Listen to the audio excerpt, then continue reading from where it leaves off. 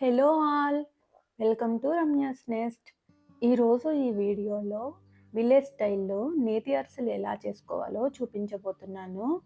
దానికోసం 1 కేజీ బియ్యాన్ని 30 hours నానబెట్టుకోవాలండి. 30 hours నానిన ఈ బియ్యాన్ని నీట్గా వాష్ చేసుకొని తడి ఏం లేకుండా వడకట్టుకోవాలి.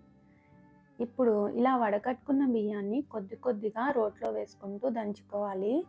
విలేజెస్లో పిండి మరలున్నా మిక్సీలున్నా కానీ ఈ విధంగా రోట్లో దంచుకొని మాత్రమే అరిసెలు అనేది ప్రిపేర్ చేసుకుంటారు చాలామంది. ఈ విధంగా రోట్లో దంచుకున్న ఈ పిండిని పిండి జల్లెడ యూజ్ చేసుకొని జల్లించుకోవాలన్నమాట.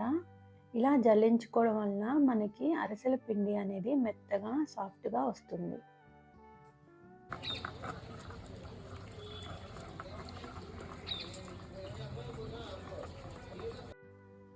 ఈ విధంగా మనకి అరిసెల పిండి అనేది రెడీ అయిపోయింది కదా. ఇప్పుడు దీన్ని ఈ విధంగా అదిమేసి దీని మీద మూత పెట్టి పక్కన పెట్టుకోవాలి.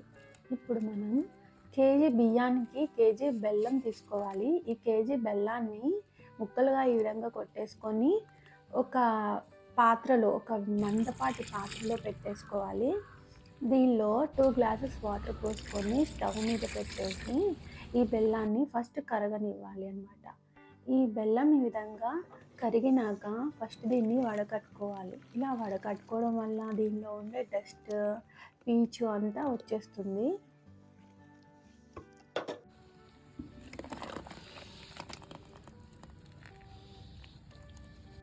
ఇలా వడకట్టుకున్న ఈ లిక్విడ్ని మళ్ళీ ఈ పాత్రలోనే పోసేసి మనం అరిసెల కోసం పాకం వచ్చేలాగా కుక్ చేసుకోవాలన్నమాట. ఇప్పుడు యూస్ చేస్తున్న ఈ గంటెని తెడ్డు అంటారు. చలిమిడి చేసుకోవడానికి, అరిసెల చేసుకునేటప్పుడు, ఇంకా ఏదైనా పిండి వంటలప్పుడు ఇలా తెడ్డుని యూస్ చేస్తారనమాట బేకరీస్లో.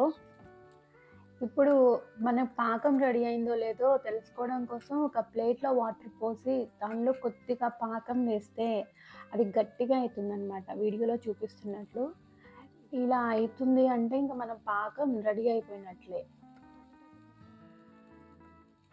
అంతే ఎందుకదే అయిపోయింది.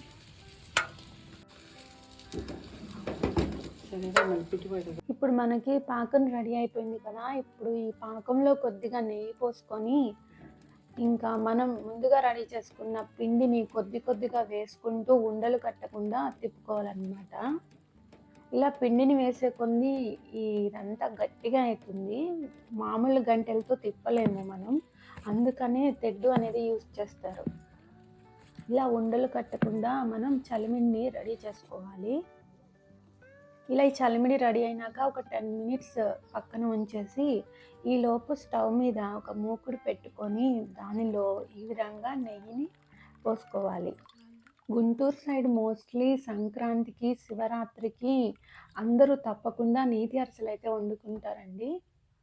కేజీ బియ్యానికి కేజీ నెయ్యి పడుతుంది అరిసెలు ప్రిపేర్ చేసుకోవడానికి. ఇప్పుడు ఒక కవర్ మీద నేనైతే అరిసెలు చేస్తున్నాను అనమాట. దానికి కొంచెం నెయ్యి అద్దుకొని మనకి ఎంత సైజ్ అయితే అరిసె కావాలో అంత చలిమిడి తీసుకొని ఈ విధంగా అరిసె షేప్లో ఈ విధంగా రౌండ్గా ఒత్తుకోవాలి. నువ్వులు వేసుకోవాలి అనుకుంటే ఈ అరిసెని ఈ విధంగా ఒత్తుకునేటప్పుడే నువ్వులు తీసుకొని నువ్వుల్ని అద్దుతారనమాట. మేమైతే నువ్వులు యాడ్ చేయకుండా వండాము ఈసారి. నెయ్యి బాగా కాగినాక మనం రెడీ చేసుకున్న అరిసెని దీనిలో వేసుకొని వేయించేసుకోవడమేనండి. 2 సైడ్స్ బ్రౌన్ కలర్ వచ్చేలాగా వేయించుకోవాలి. ఇప్పుడు నేను యూజ్ చేస్తున్న ఈ గంటెల్ని అరిసెల గంటెలు అంటారు.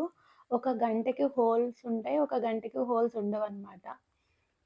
ఇవి ఎందుకంటే నెయ్యి ఫుల్గా తీసేయడం కోసం ఇలా ఒత్తేస్తారు.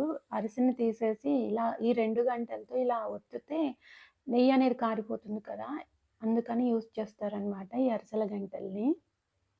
మనకి అరిసెలు రెడీ అయిపోయినట్లేనండి. 2 సైడ్స్ బ్రౌన్ కలర్లో వేగితే ఇంకా మనం ఈ విధంగా తీసేసుకోవాలి.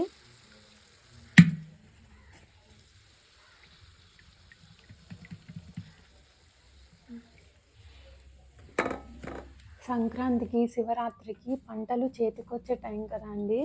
సో ఈ టైంలోనే కొత్త గడ్డి కూడా వస్తుందన్నమాట. గుంటూరు సైడ్ విలేజెస్‌లో ఇలా కొత్త గడ్డిని పరిచేసి దాని మీద అరిసెలు వేసి కొంచెం సేపు ఆరనిస్తారు. ఇలా ఆరనించడం వల్ల అరిసెలకి మంచి టేస్ట్ వస్తుంది. ఇంతేనండి, మనకి విలేజ్ స్టైల్‌లో నేతి అరిసెలయితే రెడీ అయిపోయినియి. ఈ వీడియో గనక మీకు నచ్చినట్లయితే లైక్ చేయండి, షేర్ చేయండి, సబ్స్క్రైబ్ చేసుకోండి. Thank you for watching.